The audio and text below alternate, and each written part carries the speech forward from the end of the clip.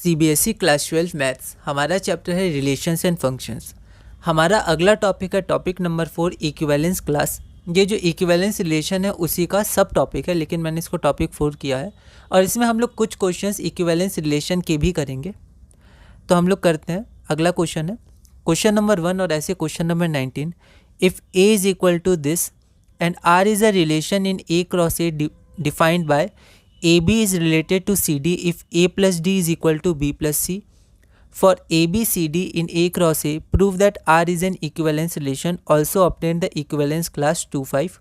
यह क्वेश्चन दिल्ली 2014 में 4 मार्क्स का आया था। एक बार आप इस क्वेश्चन को ट्राई करिए, फिर हम लोग आगे बढ़ते हैं।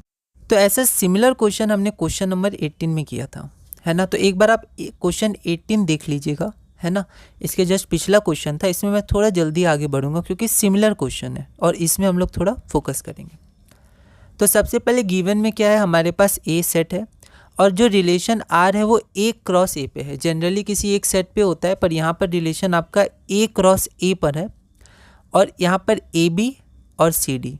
तो यहाँ ए क्रॉस ए का एलिमेंट आपका ऑर्डर्ड पेयर में होगा, ठीक है। तो A B is related to C D if A plus D is equal to B plus C, है ना। तो यहाँ पर आपका set he A cross A है, ठीक है। तो रिलेशन आपका ए क्रॉस ए से ए क्रॉस ए तक जाएगा।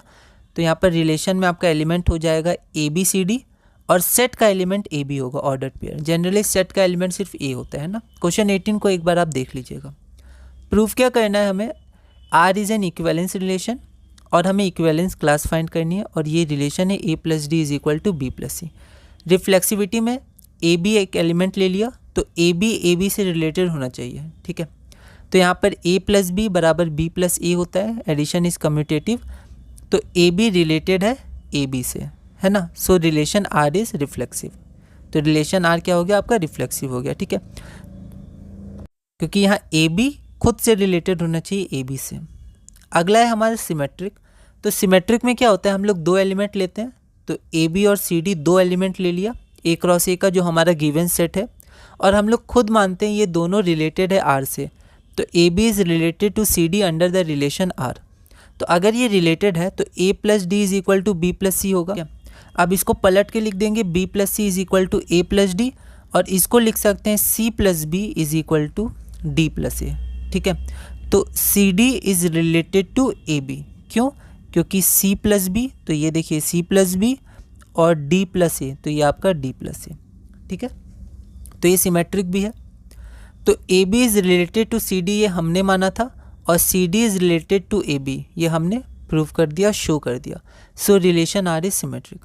अगला है ट्रांजिटिविटी। तो इसमें 3 एलिमेंट्स मानते हैं, ठीक है। ये क्वेश्चन बहुत टिपिकल है, इसको आप समझिएगा थोड़ा, है ना। ए बी सी डी इसमें लिखने में थोड़ी दिक्कत हो सकती है।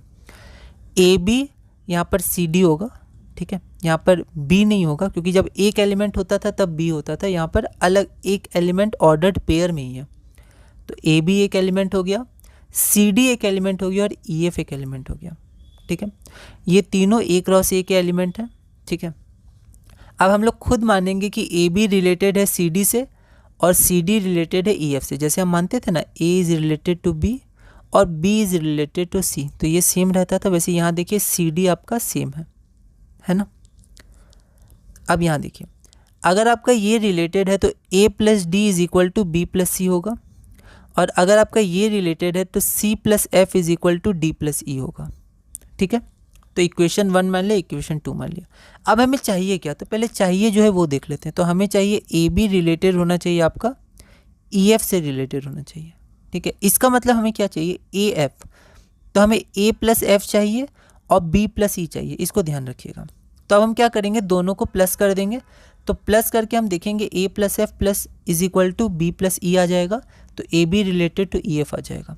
तो अगर A B related to C D था और C D related to E F है, तो हमने शो कर दिया A B related to E F है। इसका मतलब रिलेशन आर हमारा ट्रांजिटिव है, ठीक है।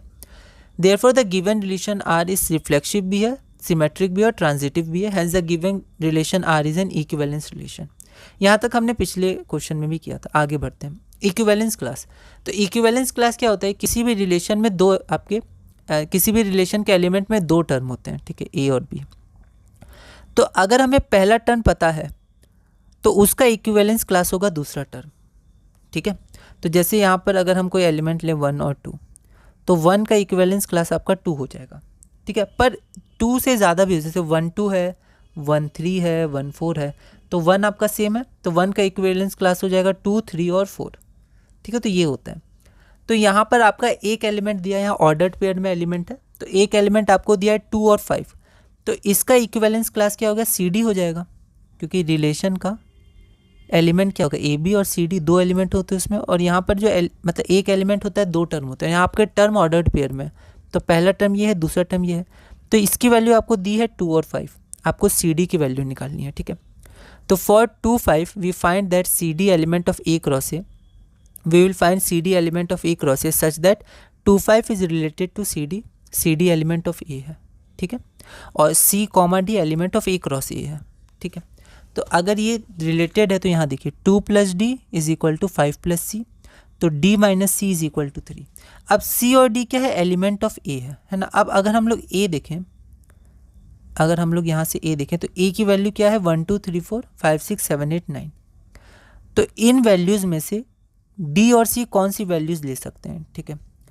तो d और c को 3 आना चाहिए, तो अगर हम d की वैल्यू 4 लें और c की वैल्यू 1 लें तो 3 आएगा।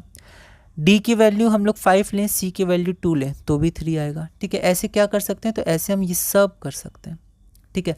मान लेते हैं d की वैल्यू 6 लें, 1 से 9 में आता है, और c की वैल्यू 3 लें, 1 से 9 में आता है, तो d - c, तो 6 - 3 इज इक्वल टू 3, है ना। Hence the equivalence class 2 5 is equal to इतना, क्योंकि इक्विवेलेंस क्लास क्या था, सी डी, तो यहाँ पर आप ध्यान दीजिएगा, c की वैल्यू आपकी क्या है, पहली वाली, d की वैल्यू दूसरी है, तो 1 4 एक हो जाएगा, एक 2 5 हो जाएगा, एक 3 6 4 7 5 8 और 6 9, तो ये हमारा रिक्वायर्ड इक्विवेलेंस क्लास हो जाएगा, ठीक है। तो ये बहुत इंपॉर्टेंट और टिपिकल क्वेश्चन था, थोड़े कन्फ्यूज, जैसे ओवर राइटिंग हो गई, तो ऐसा कुछ हो सकता है, आप इसको अच्छे से बनाइएगा। अगला क्वेश्चन है क्वेश्चन नंबर 20। यह क्वेश्चन CBSE 2023 में और दिल्ली 2015 में 5 मार्क्स का पूछा गया था। एक बार आप इस क्वेश्चन को ट्राई करिएगा, अगली वीडियो में हम इसे सॉल्व करेंगे।